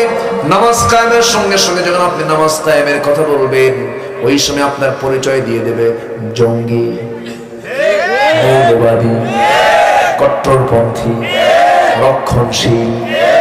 যেমন করে আমার নবীকে গালি দিয়েছে কবি, রসুলকে গালি দিয়েছেন লেস কাটা, রসুলকে গালি দিয়েছেন নির্বংশ, রসুলকে গালি দিয়েছে পাগল, রসুলকে গালি দিয়েছে রাষ্ট্রদ্রোহী। কি বলে নাই? বলে নাই? বলে নাই? রসুলকে গালি দিয়েছে। আমার ভাইয়ের, আমার বন্ধুগণ, আমার নবীজি নামাজ কায়েমের সংগ্রাম করেছেন। নামাজ মুনাফিকরা আদায় করতে পারে, কিন্তু নামাজ কায়েম মুনাফিকরা করতে পারে না। আমার ভাইরা, আমার নবীর পিছনে মুনাফিকরা নামাজ পড়েছে মদিনার মসজিদে। আমার নবীজির পিছনে নামাজ পড়তে পড়তে চোখের পানি বের করেছে, নবীর বয়ান শুনে শুনে চোখের পানি ফেলে ফেলে কেঁদেছে। কিন্তু নবীজি যখন বদর যুদ্ধের ডাক দিয়েছেন, উহুদ যুদ্ধের ডাক দিয়েছেন, মুনাফিকরা মুনাফিকি শুরু করে দিয়েছে। ঠিক কিনা? এই জন্য আল্লাহ তাআলা বলছেন তিনটা কাজ করো, কোনো লস নাই, আমি তোমাকে বিশাল পুরস্কার দিয়ে দেব। তিজারাতাল লান তাবুর, ব্যবসায় কোনো তোমার লস হবে না। নামাজ কায়েমের সংগ্রাম করার দরকার আছে না নাই? আজকে সমাজে মদের বোতল কি পাওয়া যায়? আজকে মদের বোতল পাওয়া যায়, মদের ফ্যাক্টরি আছে না নাই? মদ বেচে কেরুয়ান কোম্পানি কামাই করছে 470 কোটি টাকা। আলহামদুলিল্লাহ। কি খবর বলে আমার ভাইয়েরা, মদের বোতল, জেনার কারবার আছে না নাই? জেনা করা কি? আস্তে কোন কেন, আরো জোরে। অনেকে কয় মদ যা হারাম হয়েছে, মদ তো এটা পান করার জিনিস, যুক্তি দেয়, বুঝেন নাই? এরকম যুক্তি দেওয়ার লোক আছে না নাই? মদ খেয়ে আমার ব্রেন মাতাল হয় না, আমি ঠিক থাকি। হ্যাঁ,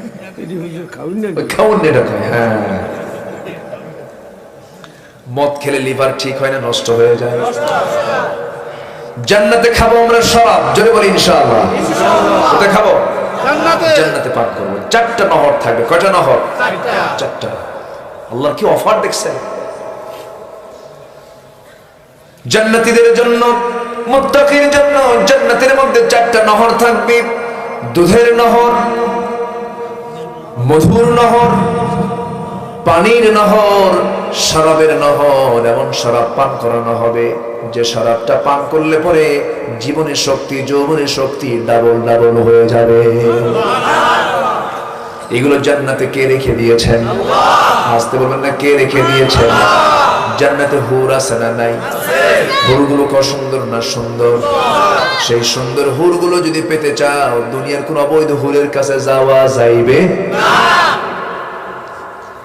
অবৈধ কোনো সম্পর্ক করা যাবে না, চ্যাটিং করা যাবে না, মেসেঞ্জার, হোয়াটসঅ্যাপ, ইমো, লাইন, ভাইবার, এগুলোতে রং জায়গায় কোনো নক করা যাবে না। ইনবক্সে ঘুতা লাগানো মানে ইনবক্সে, কারো ইনবক্সে ঢুকে যাওয়া মানে কারো বেডরুমে ঢুকে যাওয়ার মতো মারাত্মক অপরাধ। এটা উচিত নয়, গুনার কাজ। এই সমস্ত কাজগুলো করা যাবে না। খুবই সাবধান যুবকরা। জান্নাতের জন্য, জান্নাতের যে হুর আল্লাহ তাআলা দিবেন, কি সুন্দর করে অফার করেছেন। ওয়াহুরুন আইন কাআমসালিল লুলুইল মাকনুন। জোরে বলি আল্লাহু আকবার। লাম ইয়াতমিসহুন্না ইনসুন ক্বাবলাহুম ওয়ালা জান। জোরে বলি আল্লাহু আকবার। এত সুন্দরী হুর হবে তারা, কোন জিন ইনসান যাকে স্পর্শ করে নাই। এমন সুন্দর হুর আল্লাহ তাআলা জান্নাতের মধ্যে রেখে দিয়েছেন। সেই হুরগুলো পাওয়ার জন্য দুনিয়ার সমস্ত অবৈধ সম্পর্ক রাখা যাবে কি রাখা যাবে না? রাখা যাবে না, সব বন্ধ করে দিতে হবে যুবকরা। জান্নাতের মধ্যে আল্লাহ তাআলা সব নিয়ামত রেখে দিয়েছেন। সেই জান্নাতে আমাদের যাওয়ার যদি টার্গেট হয়ে থাকে, জান্নাতের লাইনে আমাকে আপনাকে হাঁটতে হবে। আল্লাহ তাআলা পুরুষকে হুর দিবেন। হুরের গল্প আবার বেশি করলে পরে মেয়ে মানুষ অসন্তুষ্ট হয়, বিশেষ করে বউয়ের সামনে যদি গল্প করতে হয় হুরের গল্প, সকালবেলা করবেন, রাত্রেবেলা করবেন না। রাত্রেবেলা যদি বিছানায় শুয়ে শুয়ে হুরের গল্প করেন, রাগ করে বলবেন ল্যাপটা নিয়ে ওই দিক হয়ে শুয়ে থাকো, এই দিকে তাকাবা না, হুর নিয়ে শুয়ে থাকো। কি বোঝেন? আল্লাহ তাআলা মেয়েদের কেমন করে বানিয়েছে। কিন্তু আমার মায়ের, আপনার জন্য জান্নাতি যুবক থাকবে, কিন্তু আপনার জন্য যুবক থাকবে, স্বামী হবে কয়জন? একজন হবে। আপনি একজন নিয়ে আপনি সন্তুষ্ট থেকে যাবেন। জান্নাতের মধ্যে আল্লাহ তাআলা এত নিয়ামত রেখে দিয়েছেন। জান্নাত যত দামি হবে, সর্বনিম্ন যে জান্নাত বান্দাকে দেওয়া হবে 10টা পৃথিবীর মতো একটা জান্নাত। একটু জোরে বলে সুবহানাল্লাহ। একটা ওয়ার্ড কাউন্সিলর হওয়ার জন্য ইমান বেচে, আছে না নাই? ইমান কি করে? বেচে ফেলে দেয়। এক কাপ চা খাইতে যায় কালেমা পাল্টা ফেলে, আছে না নাই?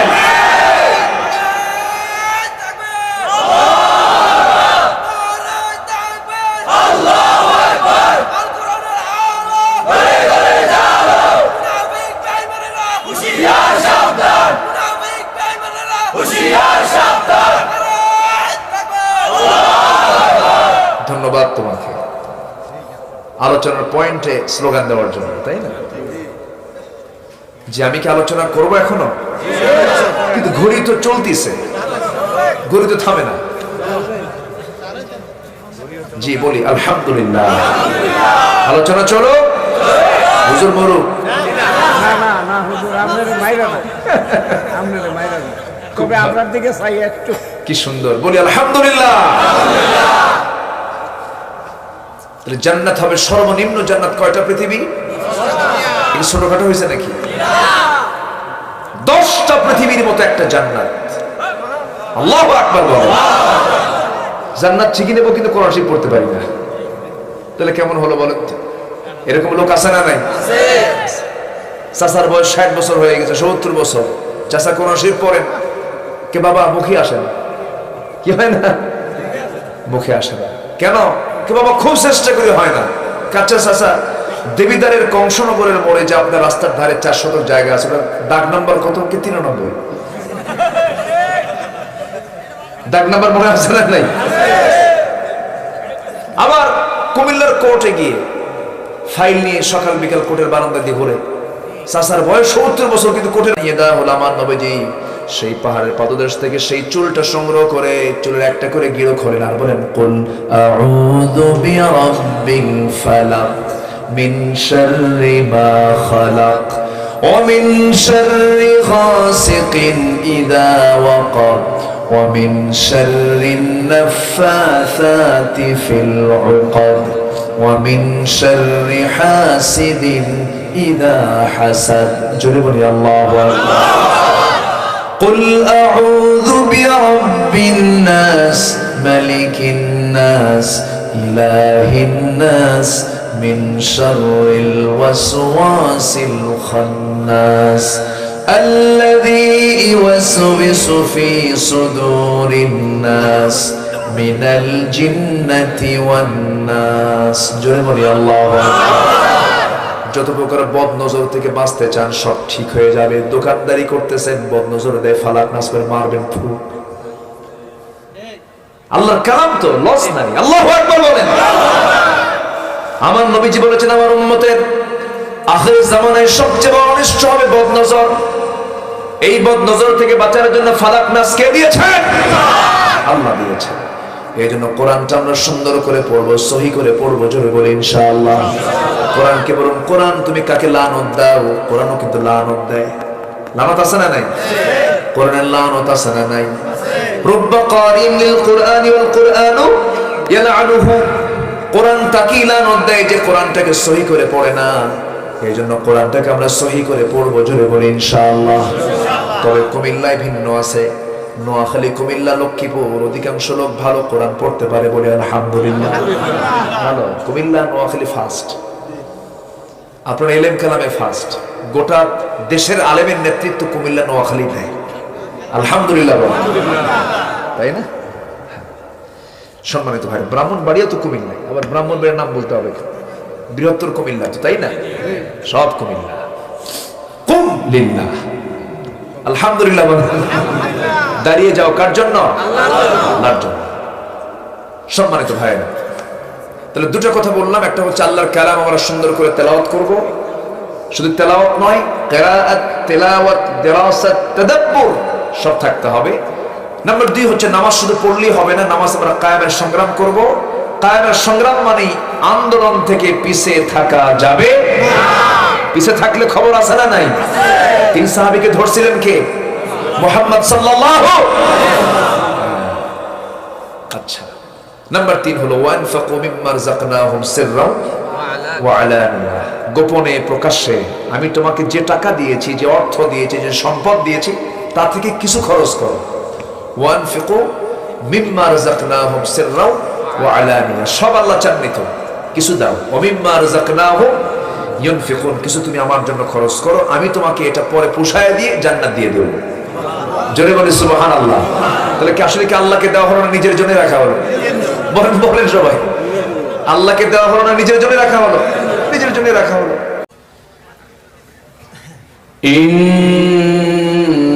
ইন্নাল্লাহা ওয়া মালাইকাতাহু يصلون على النبي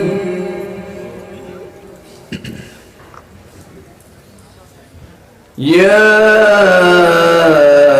أيها الذين آمنوا صلوا عليه وسلموا تسليما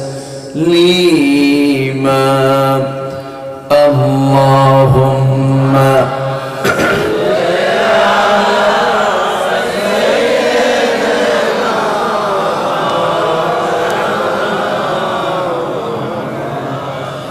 وعلى آله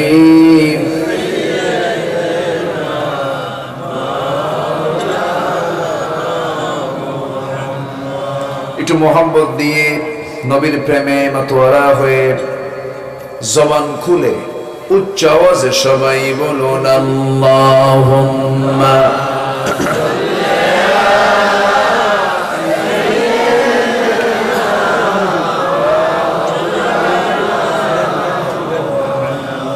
وعلى آله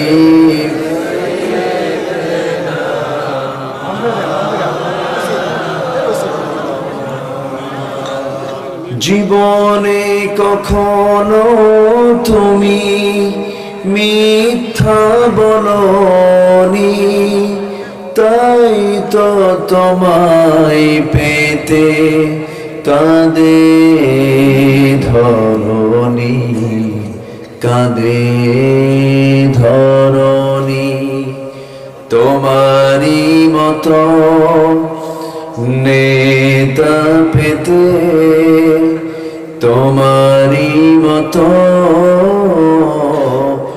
নেতা পেতে পৃথিবী আকুল হে রসূল আল্লাহুম্মা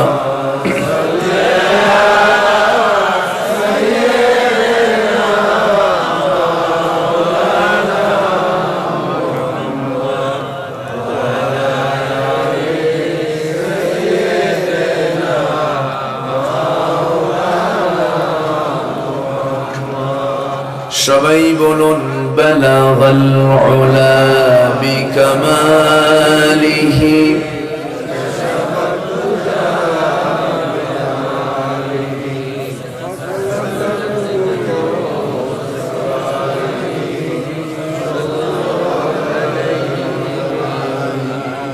সূরাত ইউসুফ বিদারি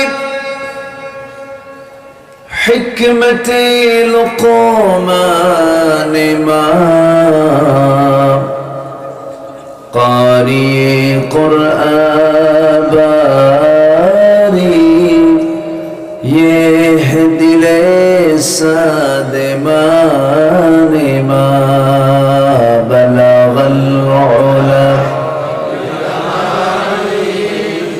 كشف الدجى بجماله حسنت جميع خصاله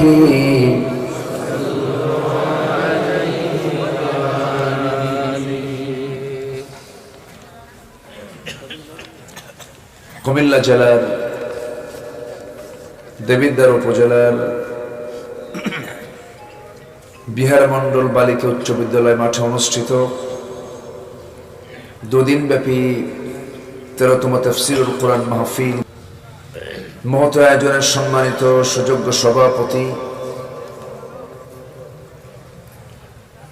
মোহতারাম মাওলানা আয়াজ আহমদ জুবাইরি সিদ্দিক আল কুরাইশি, আজকের এই প্রোগ্রামের সম্মানিত বরেণ্য মেহমান, আমার পূর্বে কথা বলেছেন প্রথিত যশা আলেমে দ্বীন, বিশিষ্ট ইসলামী চিন্তাবিদ মুহতারাম, আমার অত্যন্ত কাছের মুহতারাম মাওলানা মুফতি ইয়াসিন আহমদ ফারুকি হাফিজাহুল্লাহ, উপস্থিত হযরত উলামায়ে কেরাম, ফদলায়ে ইজম, সুশীল সমাজ, জাতির শ্রেষ্ঠ সন্তান, শিক্ষক মণ্ডলী, সামনে উপস্থিত, দূরে কাছের বিভিন্ন স্থান থেকে ছুটে আসা কালেমার ঝান্ডাবাহী, তাওহীদের পতাকাবাহী, দ্বীন ইসলামের নরসারদুল বীর মুজাহিদ, প্রাণ প্রিয় সম্মানিত দ্বীনী ভাইরা, আড়ালে বসে আছেন শ্রদ্ধেয়া সম্মানিতা মা বোনেরা, আলোচনার সূচনায় আনুষ্ঠানিকতার মধ্য দিয়ে আমার পক্ষ থেকে আবারও দিল খোলা সালাম, আসসালামু আলাইকুম ওয়া রাহমাতুল্লাহি ওয়া বারাকাতুহু। সবাই কেমন আছেন? আমাকেও জিজ্ঞাসা করলেন। আল্লাহ তাআলা আমাকে আপনার কাতারেই রেখেছেন, আলহামদুলিল্লাহ। আমরা ভালো আছি, সুস্থ আছি, নিরাপদে আছি, এটা তো আমাদের জন্য বিশাল পাওয়া। অসুস্থ হলে সুস্থতার গুরুত্বটা বোঝা যায়, হসপিটালে গেলে একটু টের পাওয়া যায়, আর নিজে ক্লিনিক্যাল বেডে থাকলে তো আরো বেশি বোঝা যায়। আমরা কালিমাতুশ শুকর আদায় করছি, মুহাব্বাতান বলে উঠছি আলহামদুলিল্লাহ। সবাই বলছে আল্লাহুম্মা ইন্নী আসআলুকা আল হুদা ওয়াত তুকা ওয়াল আফাফা ওয়াল গিনা। সবাই বলি আল্লাহুম্মা লাকা আসলামতু ওয়া বিকা আমানতু ওয়া আলাইকা তাওয়াক্কালতু ওয়া ইলাইকা আনাবতু ওয়া বিকা খাসামতু। আমরা আল্লাহ তাআলার শুকর আদায় করে নিলাম। সম্মানিত হাজিরিন, আমার পূর্বের মেহমান, আমার অত্যন্ত প্রিয় ভাই ইয়াসিন আহমদ ফারুকী, তিনি আপনাদের সামনে অত্যন্ত গুরুত্বপূর্ণ, প্রতিবার তিনি এই মাহফিলে আসেন, ওনার এক যুগ পূর্তি হয়েছে এবছর। অত্যন্ত গুরুত্বপূর্ণ তিনি আলোচনা উপস্থাপন করেছেন। আমি আজকের মাহফিলের শেষ ক্লাসে এসে কিছু কথা বলার ইচ্ছা পোষণ করছি। আল্লাহ যেন আমার মুখ থেকে সেই জাতীয় কথাগুলো বের করে দেন যে কথাগুলো মুসলিম উম্মার জন্য অতীব জরুরি। সম্মানিত হাজিরিন, আমরা ঠিক সেই মুহূর্তে এখানে একত্রিত হয়েছি যে সময় প্রেজেন্ট ওয়ার্ল্ডে মুসলমানদের সংখ্যা হলো 180 কোটি। প্রতি 4 জনে একজন মুসলমান। পৃথিবীর 56টি দেশ হলো মুসলিম রাষ্ট্র। প্রাকৃতিক খনিজ সম্পদে সমৃদ্ধ হলো মুসলিম দেশগুলো। যদি মুসলমান তাদের মুসলমানিত্ব যদি টিকে রেখে, যদি মুসলিম ইউনিটি ঠিক রেখে, ইসলামী তাহজিব তামাদ্দুনকে যদি ঠিক রেখে, যদি মুসলিম উম্মাহ যদি সামনের দিকে এগিয়ে যেত, মুসলিম জাতি কোনো শাসিতের জাত হতো না, মুসলিম জাতি হলো শাসকের জাত হতো। সম্মানিত ভাইয়েরা, কিন্তু দুঃখজনক হলেও সত্য, গোটা পৃথিবীতে আজ সবচেয়ে বেশি মার খাচ্ছে যে জাতি, সেই জাতির নাম কি বলুন তো? মুসলমান। ফিলিস্তিন একটি জ্বলন্ত অগ্নিকুণ্ড হয়ে আছে, মৃত্যুপুরী হয়ে আছে। কাশ্মীর, মায়ানমার, এরকম করে বিশ্বের যেখানেই মুসলিম জনপদ, সেখানে অস্থিরতা, বিশৃঙ্খলা এবং মুসলমানদের রক্ত নিয়ে হোলি খেলা হচ্ছে। কেন, কি জন্য? এটার মূল কারণ হলো মুসলিম তার ইসলাম থেকে ছিটকে পড়েছে, ইসলামকে ছেড়ে দিয়েছে। হয়তো বলবেন না ইসলাম ছাড়লো কোথায়? নামাজ তো পড়া হয়, রোজা তো রাখা হয়, টাকা আছে, হজে তো যাওয়া হয়, কিন্তু ইসলাম শুধু আনুষ্ঠানিক কিছু ধর্মীয় ইবাদত পালনের নাম নয়। ইসলাম হচ্ছে মানব জীবনের জন্য যতগুলো দিক এবং বিভাগ আছে প্রত্যেকটি জায়গায় ইসলামের সুস্পষ্ট ফয়সালা বক্তব্য আছে না নাই? আসতে বলবেন না, আছে না নাই? আছে।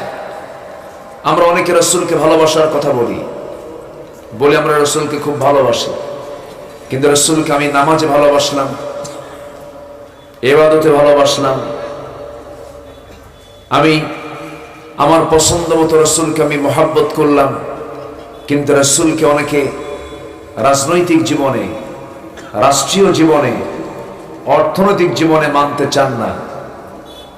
আমি তো আমার ভাষায় বলবো না, শরীয়তের দৃষ্টিকোণ থেকে যারা শুধু রাসূলকে শুধু নামাজই ভালোবাসতে চায়, রাষ্ট্রীয় জীবনে, অর্থনৈতিক জীবনে, সামাজিক জীবনে যারা রাসূলকে মহব্বত করতে চায় না, তার আদর্শকে লালন করতে চায় না, শরীয়তের দৃষ্টিকোণ থেকে তাদের পরিচয় হলো তারা টাটকা মুনাফিক।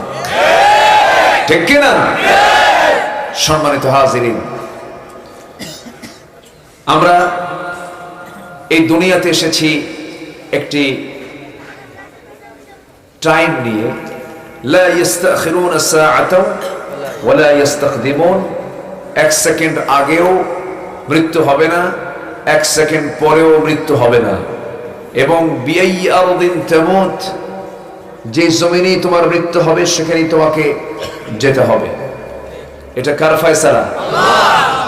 যেহেতু আমরা মরেই যাচ্ছি, মরে যাবই তো, অতএব আল্লাহ আমার প্রভু, আমার আল্লাহ, তিনি চান আমি মরেই যখন যাচ্ছি, মরবো অমুসলিম হয়ে না মুসলিম হয়ে? আমরা তো জন্মসূত্রে মুসলমান হয়ে আছি, টেনশন তো নাই নাকি? হ্যাঁ আছে, টেনশন আছে। জন্মসূত্রে অনেকে মুসলমান হয়ে ভাবতেছেন যে বাপও মুসলমান, আমিও মুসলমান, আল্লাহ আমারে জান্নাত না দিয়ে যাবে কোথায়? এরকম চেতনার কিছু লোকও কিন্তু আছে।